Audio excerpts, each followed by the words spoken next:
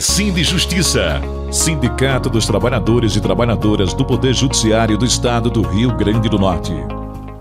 Olá, estamos aqui hoje com o Gersonilson Martins, que é o diretor-coordenador do Sindijustiça RN, e vamos fazer um balanço, uma avaliação dos 6 anos de gestão, não é isso, Gerson?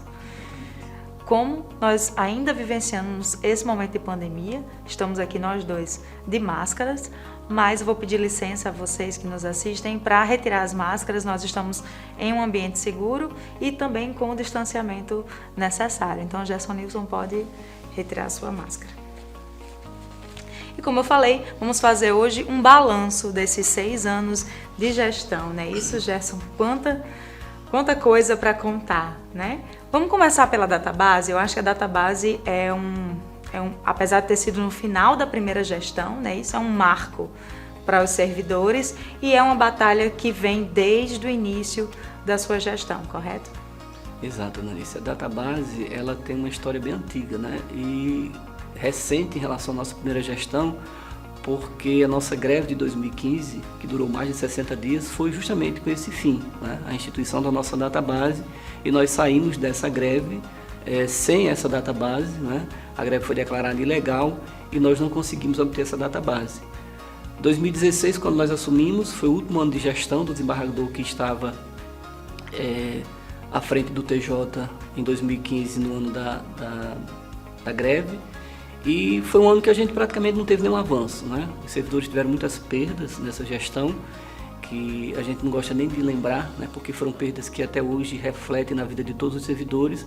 Mas, graças a Deus, em 2017, assumiu o desembargador Expedito Ferreira, onde o diálogo foi reaberto e a gente pôde realmente ter algumas conquistas. E a database foi uma delas, né? Porque em 2017, aproveitando a gestão do desembargador Expedito, dentro do processo que julgou nossa greve ilegal, nós conseguimos fazer um acordo judicial nesse processo, onde o presidente do TJ se comprometia a encaminhar um projeto de lei instituindo a nossa database. E assim foi como a nossa database nasceu. Esse projeto de lei foi preparado, foi aprovado pelo Pleno, encaminhado à Assembleia Legislativa, e em 2018 nós tivemos o nosso projeto de lei aprovado e a nossa database instituída, né? Já com reposição de 3,5%. Então foi realmente, eu acho que um dos principais marcos da nossa gestão, dessas duas gestões, sendo que foi no último ano da primeira gestão, que iniciou em 2016 e terminou em 2018. Essa conquista é fruto de uma característica muito forte dessa gestão, da sua gestão, que é o diálogo. Exatamente, Analice. Eu sou muito bom ouvinte, né? A verdade é essa. Eu gosto de ouvir mais e falar pouco. Tanto é assim que eu pego, às vezes, em não divulgar as ações que a gente desenvolve pelos bastidores.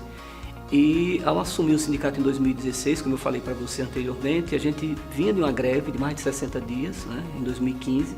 Essa greve deixou muitas sequelas, né, e uma delas foi justamente o fechamento das portas do Tribunal de Justiça para o sindicato. Então, quando nós assumimos em 2016, eu passei praticamente o ano de 2016 tentando criar relacionamentos dentro do TJ. Né? Até porque com o presidente que estava à época, né, o desembargador Cláudio Santos, ele estava encerrando a sua gestão, a gente não tinha muito o que conseguir com ele, porque, na verdade, a gente teve uma série de perdas na gestão dele. Então, o trabalho foi realmente esse, de conhecer todos os setores do TJ, buscar se relacionar com todos os servidores que trabalhavam dentro do TJ, já visando uma abertura de diálogo com o próximo presidente, que foi o desembargador Expedito, né? E a estratégia com certeza deu certo. A gente conseguiu reconstruir todas essas pontes, né? Conseguimos criar relacionamentos com os assessores, e quando o desembargador Expedito assumiu, a gente teve essa oportunidade de abrir o diálogo, voltar a conversar e voltar a ter alguma conquista, né? Algum ganho em prol da categoria. Outro fator positivo foi trazer o DIEESE também para o debate. Né? Isso com dados, né? Chegar na mesa de negociação com uma pesquisa feita, né? Com dados concretos, e conseguir negociar ali de uma maneira mais profissional, digamos assim. Exatamente, Analice. A vinda do DIEESE para as nossas negociações foi fundamental, né? Porque a gente tinha um embasamento técnico, né, do pessoal do DIEESE, que que fez um estudo de todo o orçamento do TJ, né, e da evolução dos vencimentos dos servidores. E isso com certeza foi fundamental na mesa de negociações quando da nossa aprovação da database. Então o DIEESE teve essa participação de suma importância em todo esse processo. Tanto é assim que nós mantemos essa parceria até os dias de hoje, né? Gerson, eu queria que você falasse um pouco para a gente, quando você assumiu, né, o sindicato, qual era a situação financeira da entidade e como ela está hoje? Analice, quando nós assumimos o sindicato, a gente teve uma surpresa de imediato, né, porque já na nossa gestão, mais precisamente no dia 4 de janeiro, nós fomos surpreendidos com um empréstimo que foi feito pela diretoria anterior. Então a gente assumiu o sindicato já de cara com mais de R$700 mil em empréstimos. Isso gerava uma parcela, juntando os dois empréstimos, os empréstimos em aberto, de mais de R$26 mil mês. Então a gente já recebeu o sindicato com uma dívida, né? E graças a Deus que a gente à época tinha um imposto sindical, e ao receber o imposto sindical a gente fez a quitação dessa dívida. Então a gente recebeu o sindicato com dívida e já no primeiro ano de gestão a gente conseguiu fazer a quitação desse débito para que a gente pudesse administrar as finanças do sindicato. A gente encontrou muita dificuldade na parte financeira, principalmente porque a gente não tinha sistemas de controle eficazes. Então a gente assumiu o sindicato com mais de 280 mil em débitos de sindicalizados que tinham convênios, né, faziam uso dos convênios, principalmente planos de saúde, e que por uma falta de controle mais eficaz do sindicato, da parte financeira do sindicato, não se sabia quem devia, quem estava em atraso, né? Se os valores que a Unimed cobrava eram os valores corretos, né? A gente chegou a pagar valores à Unimed de exclusões que tinham sido lançadas pelo sindicato, mas a Unimed não tinha lançado no sistema deles, então tinha uma série de situações na parte financeira que dificultavam essa operacionalização. E como o sindicato conseguiu solucionar? A gente primeiramente buscou fazer um levantamento, né, do que a gente tinha, né?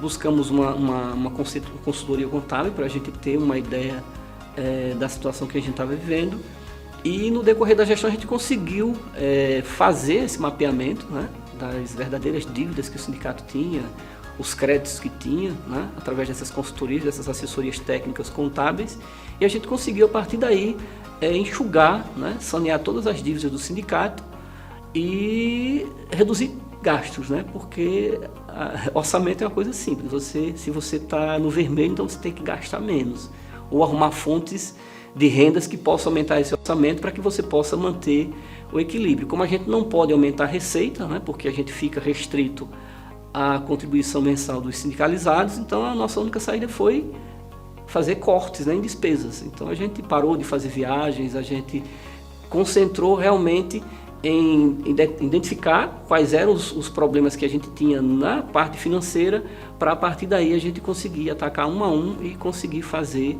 o saneamento que nós conseguimos fazer, deixando hoje o sindicato superavitário não só na conta principal onde a gente recebe as mensalidades sindicais, como também em relação aos fundos, né? Que nós temos 2 fundos que foram criados, um de greve e outro de contingência, e hoje a gente pode dizer que o sindicato tem aproximadamente 5 milhões em caixa só desses fundos. Isso fruto de todo o saneamento que foi feito, que permitiu com que a gente...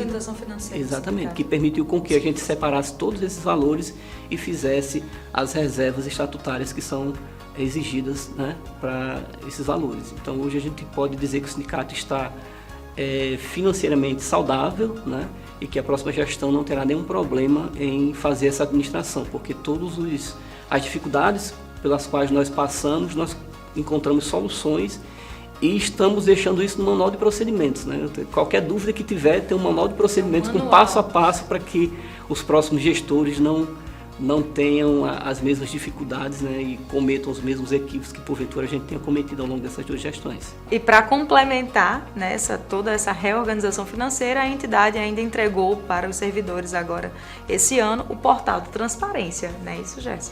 Exatamente, Analícia. A nossa ideia era ter lançado esse portal da transparência ainda na primeira gestão.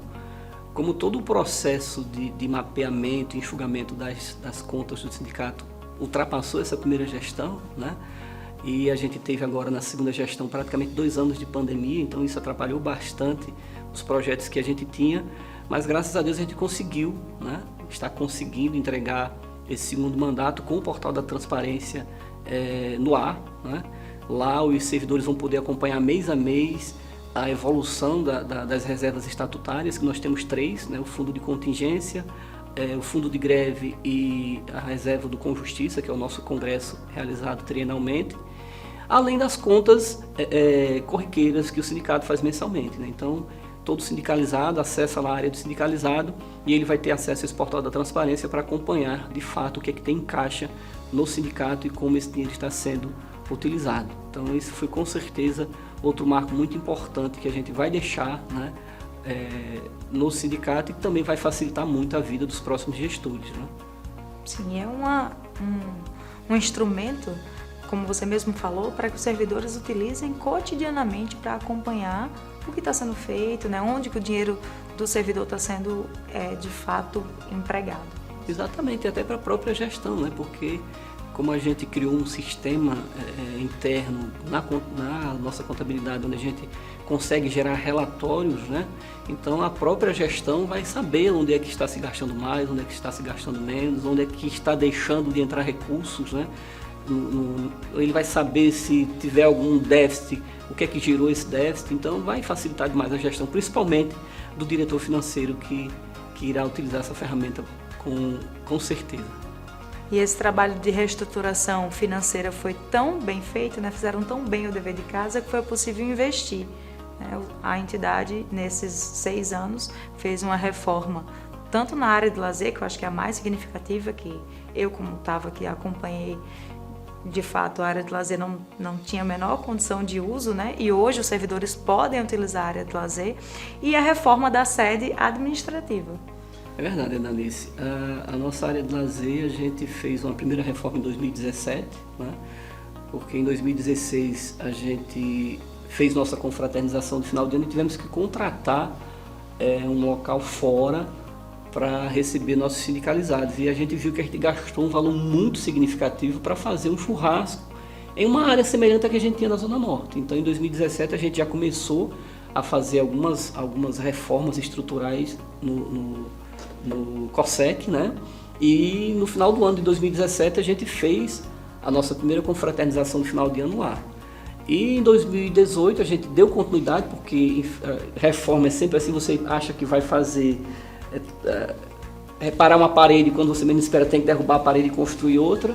Então em 2018 a gente utilizou da reserva que a gente tinha do último imposto sindical que a gente tinha recebido, e a gente aplicou todo esse valor na reforma do COSEC. Então nós fizemos uma estruturação completa, com calçamento, construção de 4 churrasqueiras, colocação de piso intertravado em volta do cajueiro, palco, reforma das piscinas, construção de vestiário para o campo de futebol, reestruturação da parte física, pintura, a parte de ajardinamento. Então a gente fez uma estrutura realmente bem significativa, que se você pegar o antes e depois chega até a impactar, né? Mas foi, na minha opinião, foi um dinheiro bem gasto, porque precisava ser feito, né? Sim, é um patrimônio dos servidores e um espaço que agora tanto a entidade sindical pode utilizar para fazer as festas, os eventos, como nós fizemos há alguns anos, como o próprio servidor pode utilizar o espaço para levar sua família no final de semana, não é isso? Exatamente.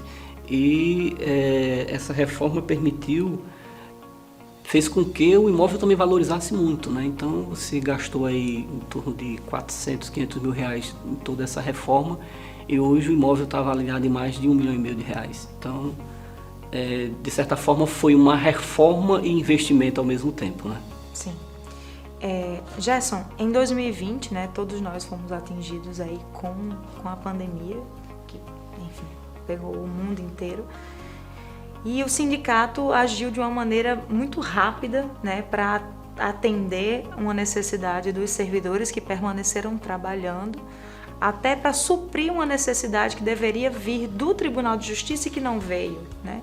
Então, quando todo mundo parou, a diretoria se uniu, comprou EPIs, né, equipamentos de segurança, álcool, gel, máscaras, e andou o estado inteiro, distribuiu esses equipamentos para os servidores de todas as comarcas do estado. Eu acho que isso é um fato muito significativo, né, dessa gestão.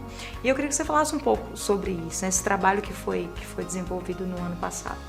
Não só na defesa, porque trabalhamos em duas frentes, né?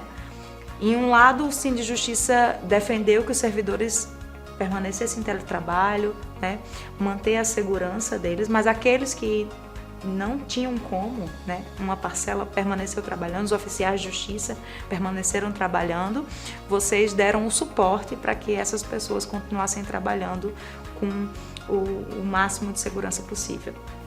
É verdade, Analice. Em 2019, no nosso primeiro ano da segunda gestão, a gente criou um programa chamado Viva Mais, né? Era um programa justamente do sindicato, voltado para que o sindicato se interiorizasse, ou seja, o sindicato chegasse mais às comarcas do interior.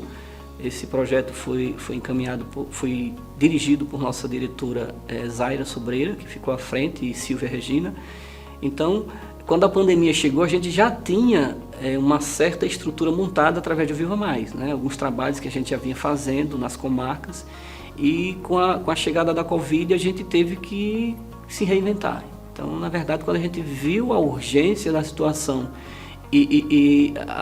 digamos assim, a inércia, né, por parte do TJ, que com as burocracias que a gente sabe que o serviço público tem, eles tiveram de imediato tomar uma ação emergencial, a gente achou por bem, né, fazer essa ação emergencial, enquanto a gente também cobrava do TJ que ele fizesse a parte dele. Então a gente não podia esperar que os nossos pleitos, nossos requerimentos fossem atendidos pelo TJ, enquanto a gente já estava vivendo a situação de fato. Então a gente agiu e, paralelamente a isso, a gente cobrou do TJ para que o TJ também fizesse a parte dele. Mas eu fico muito satisfeito que o trabalho que foi feito foi significativo e, com certeza, ajudou muitas pessoas, porque, paralelamente a isso, a gente também ainda fez um trabalho de acompanhamento com psicólogo, né?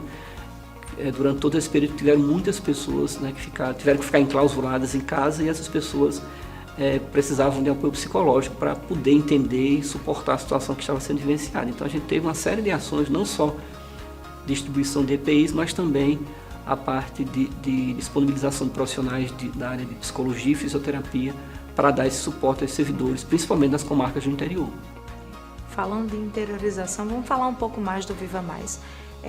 Realmente é um programa que uniu, né, a necessidade, não só necessidade, mas também um pleito de campanha do sindicato, que era de fato chegar às comarcas do interior com mais eficácia e com mais frequência. E o programa Viva Mais fez isso de maneira assim brilhante, né? A gente levou esses serviços de saúde. Eu queria que você falasse um pouco. Eu sei que é uma pauta trazida também por você, né? Você que abraçou o projeto Viva Mais. Fala um pouco pra gente o porquê que você quis trazer esse projeto para o sindicato. Na realidade, Analice, o TJ tem um projeto chamado Provida, né? Só que a gente percebe que o Provida ele tem algumas dificuldades, principalmente de orçamento, né? O Provida é um programa do TJ que deveria atender o estado todo. E como tem alguns entraves que eles não conseguem avançar para o interior do estado, então o Viva Mais foi criado com esse intuito, né? Já que aqui em Natal, na capital, onde a gente tem a grande maioria dos servidores, o Provida consegue fazer ações mediante parcerias, mas não consegue levar essas ações para o interior do estado. O Viva Mais veio justamente para isso, para tentar fazer com que o interior do estado também tivesse algum programa de qualidade de vida, né, para os servidores. E o Viva Mais foi justamente esse projeto que foi criado pela Zaira, né, e a diretoria abraçou por completo, e a gente conseguiu fazer tudo isso que foi feito, né? Não só com criação de bibliotecas, nós criamos uma biblioteca em Mossoró, como também levantamento das condições de trabalho em várias comarcas, onde a gente pôde dar sugestões, fazer com que alguns serviços que precisavam ser feitos de ambientação, local para os servidores terem para fazer uma alimentação, né, um lanche. Então foi uma série de coisas que foram feitas, né? E quem poderia falar com mais propriedade, mais detalhes, seria a Silvia e a Zaira, que ficaram realmente à frente de todo esse trabalho. Mas foi um trabalho para a gente, um trabalho muito gratificante, porque a gente, como você bem disse, a gente conseguiu visitar todas as comarcas do interior do estado. Então a gente teve esse contato, a gente conseguiu fazer essa interiorização, mas infelizmente veio a pandemia e praticamente o projeto foi sustado, né? Em Mossoró, por exemplo, nós tivemos uma profissional em Mossoró que Sim. ficou atendendo durante, eu não saberia dizer agora, uns meses, com certeza. meses, né, atendendo os servidores lá cotidianamente. A gente tinha uma fisioterapeuta lá, né, que tinha uma sala lá dentro do fórum que fazia esse acompanhamento de servidores, né? Dava instruções de como você, postura de trabalho, ginástica laboral, né? visitava as salas, dava massagem. Como né? você falou, sugeria às vezes uma mudança numa cadeira, Exatamente. ou pequenas coisas, né, que você pode conseguir uma qualidade de vida e de trabalho muito melhor com pequenos gestos. Então, todo esse trabalho foi feito. Exatamente, inclusive com geração de relatórios, né? Relatórios esses que foram encaminhados ao TJ, apontando as dificuldades e as necessidades que foram detectadas nessas visitas. Gerson, em 2017 nós tivemos o primeiro com Justiça, né? Eu queria que você comentasse um pouco sobre a importância desse congresso para a entidade e para os servidores. Quando nós assumimos em 2016, a gente tinha necessidade de fazer um congresso que ficasse registrado, né, marcado na história do sindicato, porque até então a gente não tinha um congresso com cara de congresso, né? A gente tinha esse congresso que era realizado a cada 3 anos, né?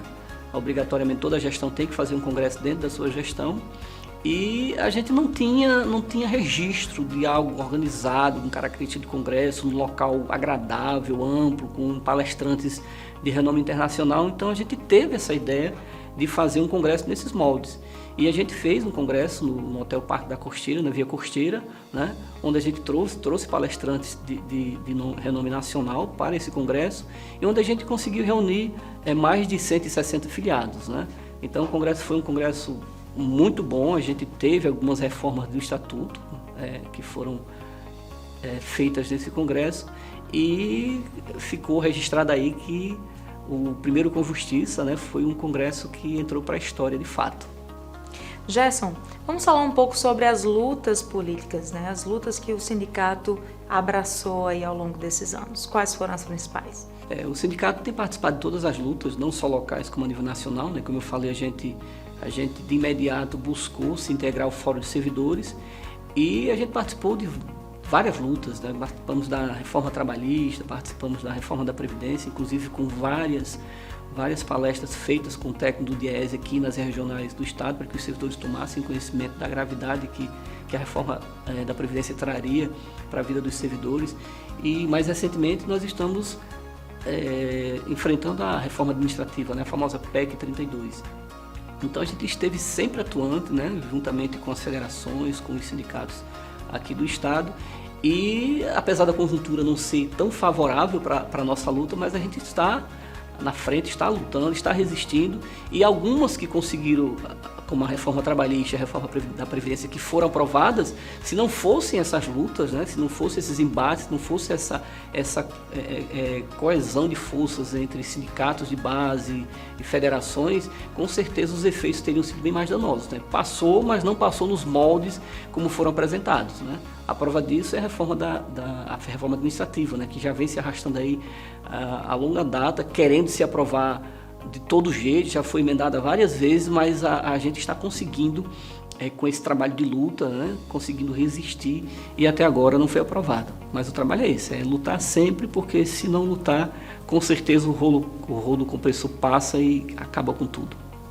Gerson Nilson, e a database? Eu queria que você falasse um pouco, comentasse um pouco sobre o processo de negociação da database, que foi concluída há pouco tempo.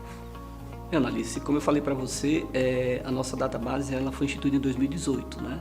E o intuito é justamente esse, a gente ter todo ano, pelo menos, a reposição das perdas inflacionárias. Se a gente tiver algo além disso, a gente considera como um ganho real de salário, mas até então isso não tem acontecido. Então, desde 2018, a gente tem conseguido a reposição. A gente conseguiu a database de 2018 com 3,5%, conseguiu a database de 2019 com 4,94%, conseguiu a de 2020 com 2,4%, apesar de só ter sido implantada agora, né, em razão da pandemia, né, porque a pandemia impossibilitou que a gente tivesse negociação da database, porque as reuniões são presenciais, né? A gente não conseguia nem se reunir de forma virtual. Então, a database de 2020, que a gente deveria ter tido implantada no ano de 2020, a gente só teve a implantação dela agora.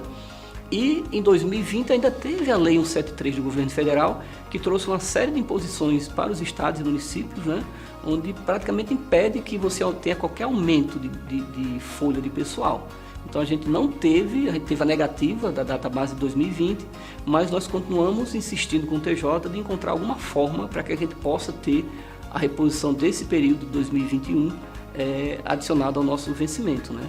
E a gente está buscando fazer isso na atualização do plano de cargos com a mudança da tabela, onde a gente consiga repor essa perda para que a gente não quebre essa cadeia de recomposição das perdas inflacionárias desde a nossa implantação da database em 2018.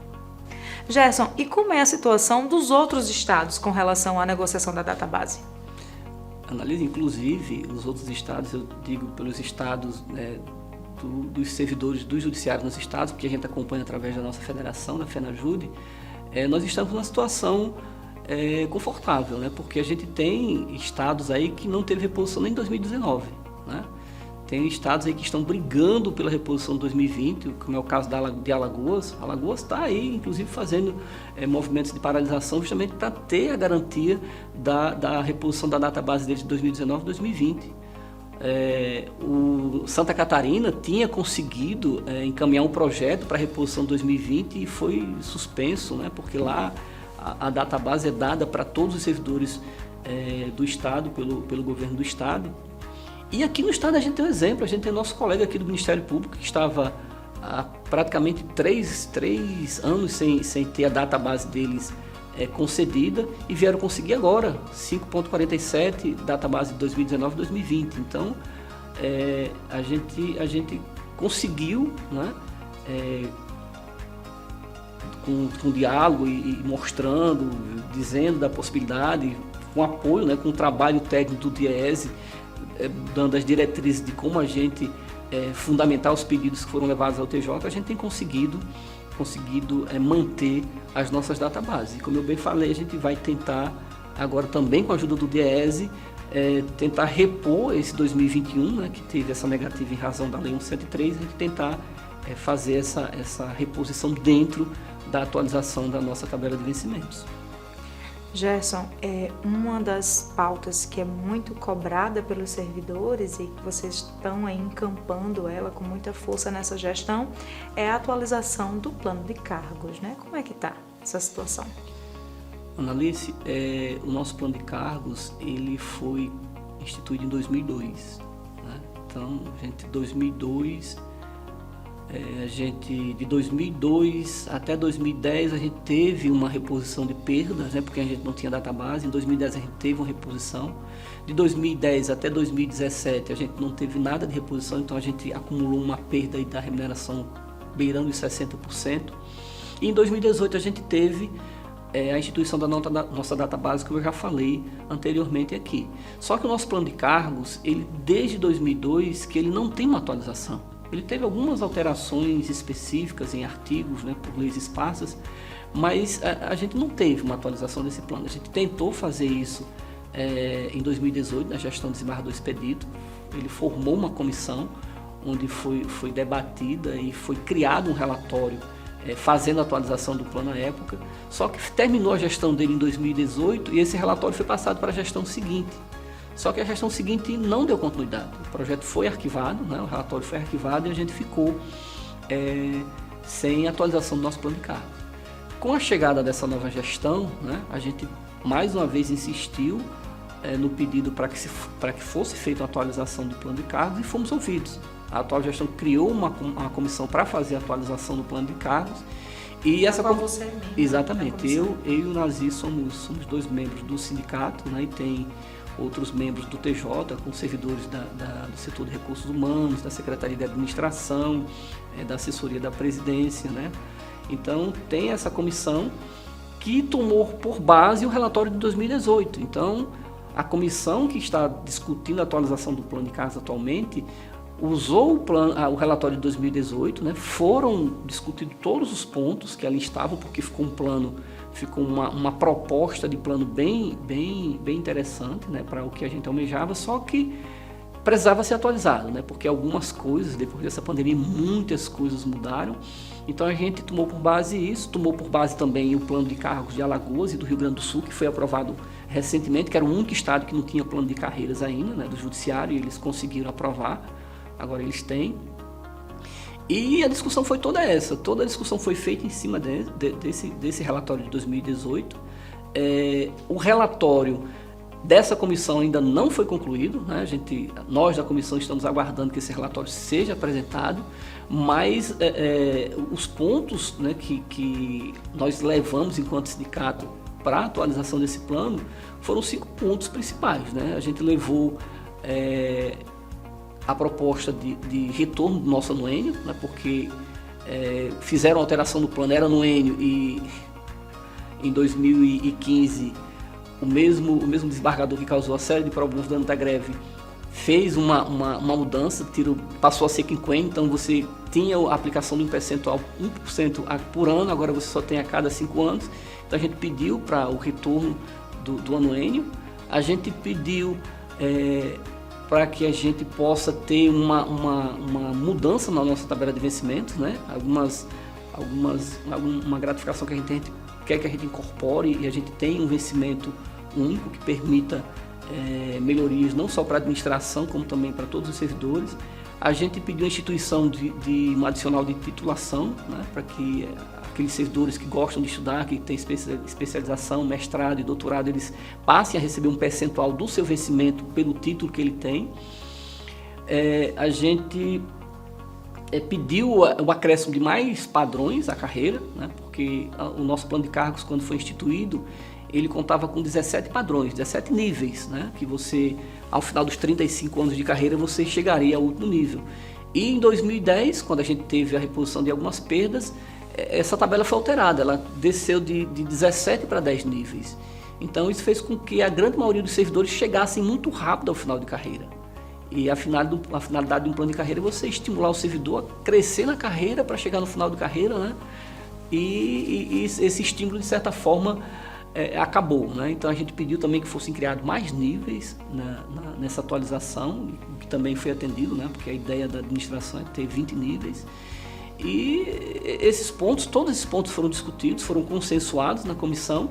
A gente acredita que com certeza, né, vai estar no relatório final, que a gente está aguardando ansioso, né, para ver qual vai ser a redação final, porque tiveram muitos pontos positivos que foram colocados, mas também tem a parte da administração, né? A administração tem algumas ideias que eles querem implementar, modernizar, né? Eles querem criar cargos de apoio especializado, como psicólogo, médico, né?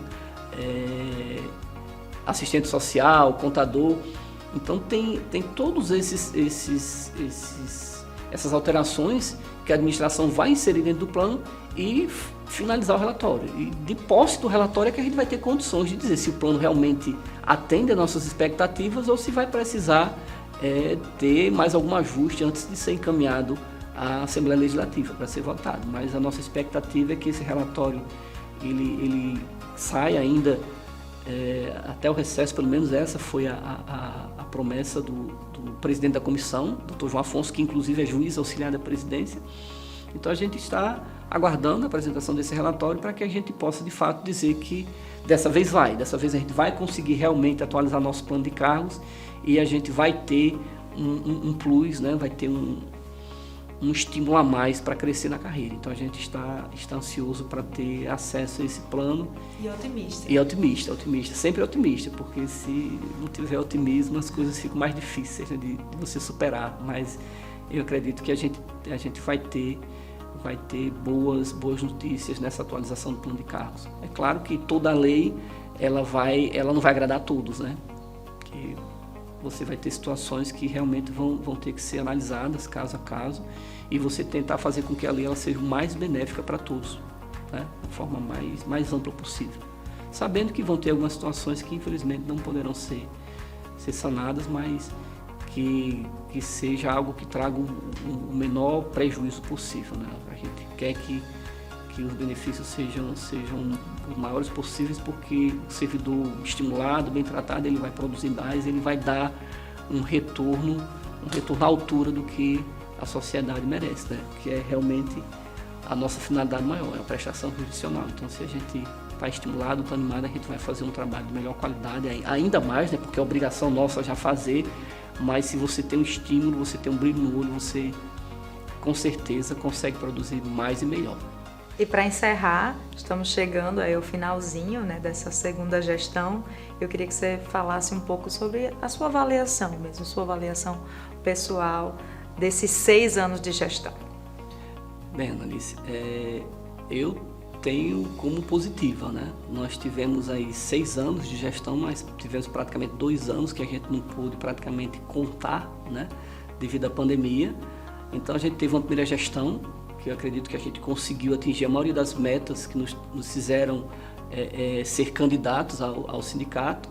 E na segunda gestão, apesar de todos os problemas advindos da pandemia, a gente também conseguiu atingir muitas metas. Então eu considero muito positiva as 2 gestões, né? Saio com o sentimento de dever cumprido, porque eu acredito que eu alcancei mais do que eu esperava, né? Que o meu intuito inicial era só para uma gestão, mas como a gente viu que não dava para concluir todo o trabalho que a gente tinha prometido em campanha, a gente se aventurou em mais uma gestão. Mas eu considero uma gestão que as 2 gestões foram bem produtivas, a gente teve ganhos significativos, a gente vai deixar marcas, né, disso, das conquistas que foram alcançadas, né? Conseguimos arrumar a casa, né? O sindicato hoje está realmente, administrativamente falando, em perfeitas condições para ser conduzido, e dizer que com certeza equívocos foram cometidos, mas a gente sempre buscou acertar, né? Então, para acertar você tem que cometer erros, você não acerta de primeira, né? Então a gente buscou soluções, a gente correu atrás, buscou parcerias para fazer isso, e conseguimos atingir nossa meta, sim. Então a gente deixa o sindicato com a certeza de que o estamos deixando melhor do que quando nós o encontramos, né? Então eu acho que isso por si só já paga, né, todo o trabalho que a gente teve, todas as horas que a gente despendeu em favor do sindicato, né? Porque não é fácil.